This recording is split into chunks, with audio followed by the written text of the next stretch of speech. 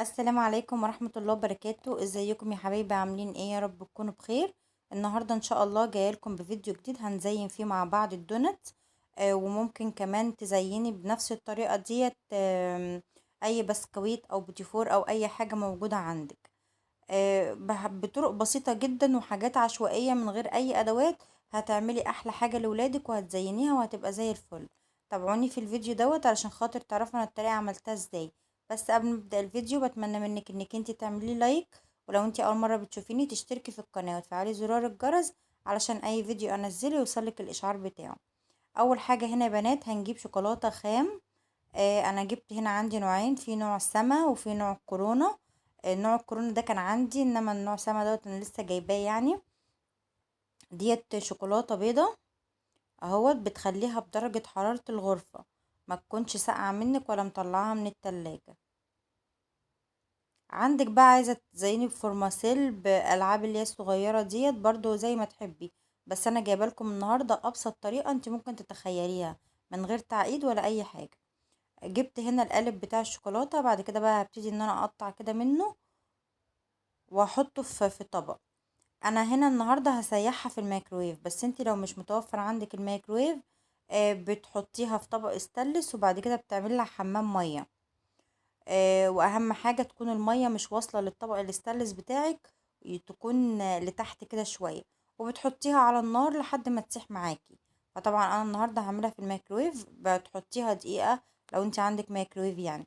بتقطعي الشوكولاته بتاعتك وتحطيها في اي طبق بلاستيك وبعد كده بتحطيها في الميكرويف، تقعد دقيقه واحده بس، هتلاقيها ساحت كده وبقت زي الفل.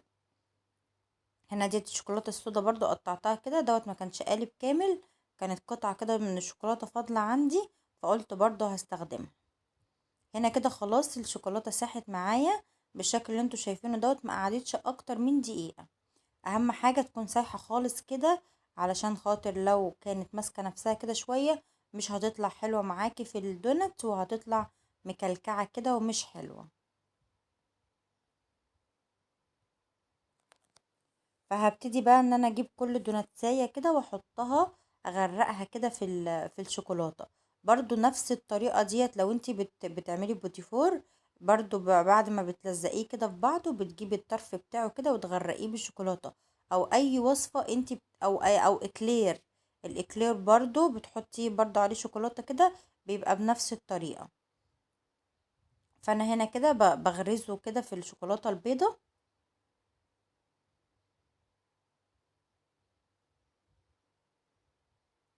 ما تقلقيش التكتل اللي بيبقى فيه من فوق دوت هيسيح وهيروح ما تقلقيش يعني.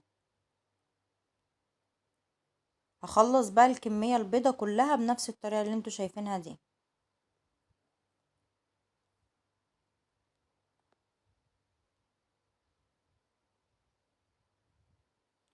هنا بقى هعمل الشوكولاتة البني برضو، سيحتها في الميكروويف، وهبتدي بقى ان انا اجيب برضو الدوناتس بتاعي واغرزه برضو فيها كده بنفس الطريقة اللي انا عملت فيها الدوناتس الابيض.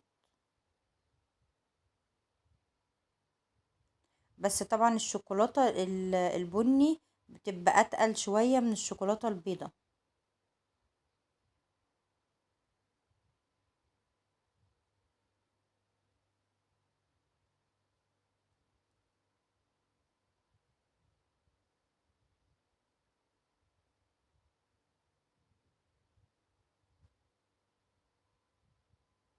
هنا كده انا خلاص زينت الدوناتس كله.